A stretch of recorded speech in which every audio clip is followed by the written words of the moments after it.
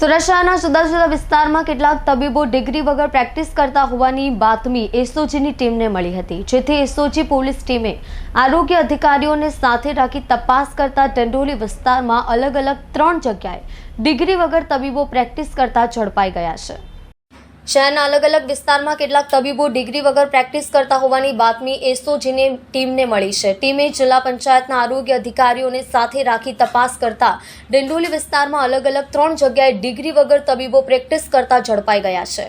Police અને જિલ્લા આરોગ્ય તંત્રના સૂત્રો દ્વારા સંયુક્ત રીતે પ્રાપ્ત માહિતી મુજબ ડિંડોલી સીઆર પાટીલ રોડ રામનગર સોસાયટીની બાજુમાં લક્ષ્મીનારાયણ સોસાયટી વિભાગ 1 પ્લોટ નંબર 66 ખાતે માતોશ્રી ક્લિનિક નામના દવાખાનામાં બોગસ ડોક્ટર તરીકે પ્રેક્ટિસ કરતા આરોપી ઇન્દ્રેશ કુમાર દૂધનાથ પાલને ઝડપી પડાયો છે।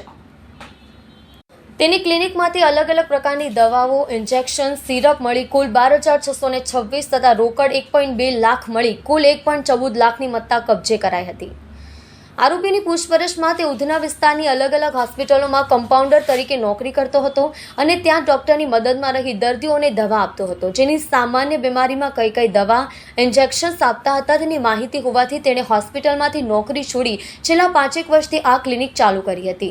ડિંડોલી માનસી રેસિડેન્સીની બાજુમાં શ્રી હરિનગર સોસાયટીમાં મધુમિતા ક્લિનિક નામના દવાખાનામાં આરોપી ઉત્તમ બિમલ ચક્રવાતીને ઝડપી પડાયો હતો। તેની ક્લિનિકમાંથી અલગ અલગ પ્રકારની દવાઓ, ઇન્જેક્શન, સિરપ મળી કુલ 7,415ની મત્તાનો મુદ્દામાલ કબજે કરાયો હતો। તે ગોડાદરા વિસ્તારની અલગ અલગ હોસ્પિટલમાં કમ્પાઉન્ડર તરીકે નોકરી કરતો હતો અને હોસ્પિટલમાંથી નોકરી છોડી છેલ્લા 8 વર્ષથી ક્લિનિક ચાલુ કરી હતી। ડિંડોલી માનસી રેસિડેન્સીની બાજુમાં શિવનગર સોસાયટીમાં સાઈ ક્લિનિક નામના દવાખાનામાં રેડ કરી ડિગ્રી વગર પ્રેક્ટિસ કરતા આરોપી સંજય કુમાર રામકૃપાલ મોર્યાને ઝડપી પડાયો હતો। તેની ક્લિનિકમાંથી વિવિધ દવાઓ, ઇન્જેક્શન, સિરપ મળી કુલ 83,446ની મત્તાનો મુદ્દામાલ કબજે કરાયો હતો। આરોપીની પૂછપરછમાં તે ઉધના 3 રસ્તા પાસેની સુમિત ચિલ્ડ્રન હોસ્પિટલમાં કમ્પાઉન્ડર તરીકે નોકરી કરતો હતો અને છેલ્લા 3 વર્ષથી આ ક્લિનિક ચાલુ કરી હતી।